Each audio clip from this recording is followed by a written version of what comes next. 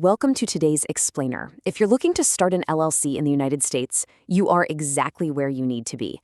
Today, we're tackling something that trips up so many new entrepreneurs, and that's the business formation process. Whether you're setting up shop in Texas, Florida, California, New York, or anywhere else, we're going to walk through the 7 absolute most common mistakes people make when filing their LLC. And trust me, by following along with us today, you are going to save yourself days, or honestly, probably weeks, of incredibly frustrating delays. Picture this for a second. You've done all the heavy lifting. You've filled out the paperwork, you've hit submit, and you've waited 2 full weeks for that official LLC approval, only to check your inbox and see a glaring rejection email from the state.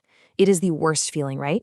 Because now the stakes are higher. You've got to figure out what went wrong, you might have to pay extra fees depending on where you live, and worst of all, your entire launch is put on hold.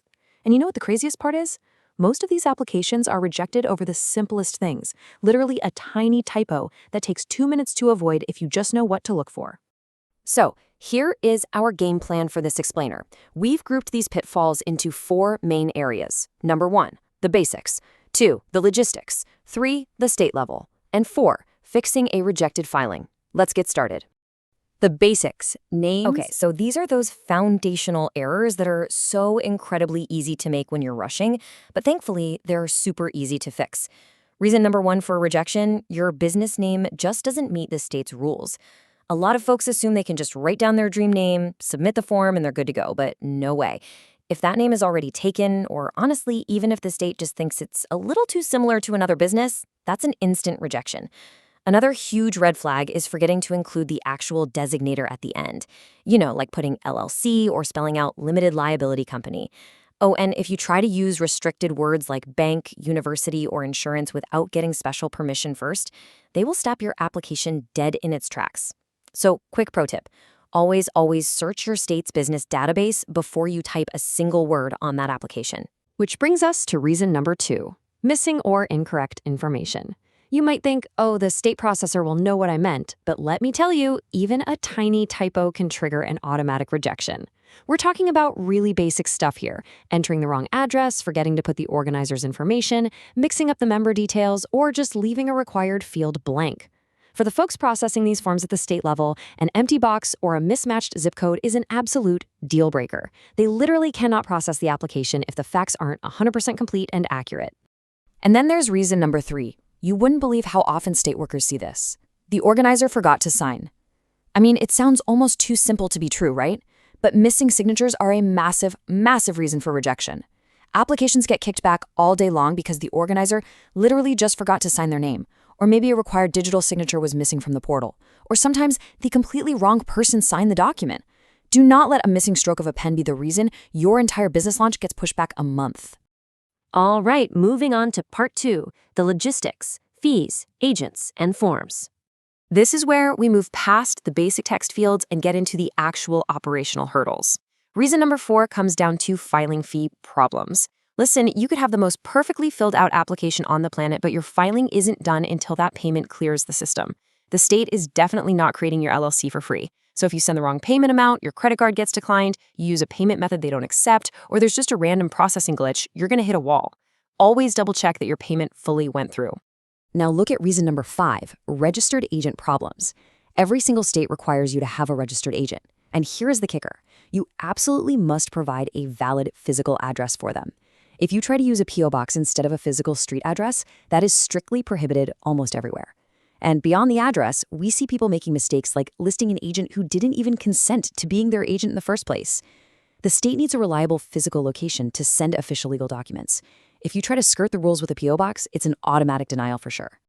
Reason number 6 is submitting the incorrect formation document. People will literally just Google LLC form, actually scratch that. They'll grab the very first random PDF they see online and just assume it's the right one. But using an outdated form or accidentally submitting a form meant for a completely different state or forgetting to include required attachments, all of this causes immediate delays. The fix here is super easy. Just go directly to your specific state's official filing website and download their most current form. Don't trust random third-party uploads. Which takes us to part 3, the state level, navigating state-specific quirks. So, reason number 7 deals with state-specific requirements.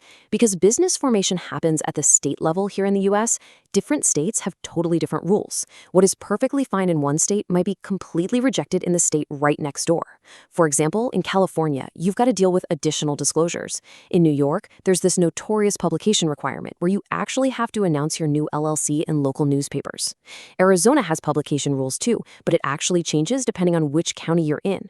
And in Florida, you need to be right on top of your annual report obligations the second you get approved. Every state has its own quirky little rules, which just proves why you absolutely have to check the official instructions for your specific state. And finally, part 4, fixing a rejected filing. Before you file your LLC, one important decision is choosing how you're going to form it. While you can file everything yourself, many people prefer using a professional LLC formation service to help reduce paperwork mistakes and keep the process organized. One service I recommend is Northwest Registered Agent. They've been helping entrepreneurs form businesses for years and are known for their strong customer support, privacy-focused approach, and transparent pricing without a lot of upsells. If you decide to use them, I've included my affiliate link in the description below. Depending on the current offer, you may receive exclusive discounts or perks by using that link. It also helps support this channel at no additional cost to you, so I can continue creating free business formation guides like this one. Look, if you've been listening to all these pitfalls and feeling a little overwhelmed, just take a deep breath.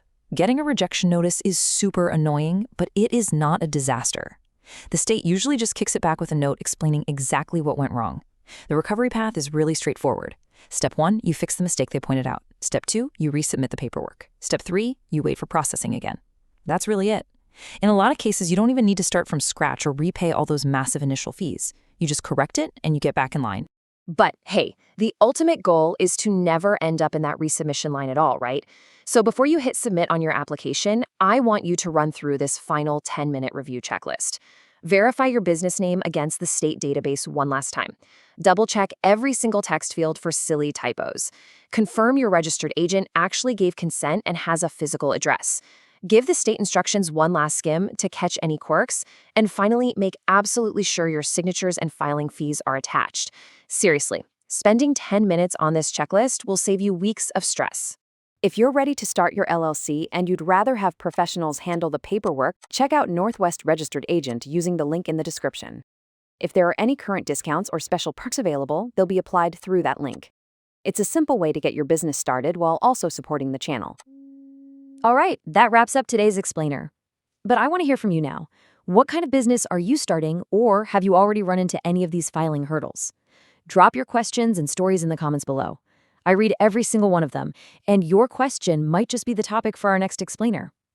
Also, if you found this breakdown helpful and you want more straightforward guidance on business formation, hit that subscribe button.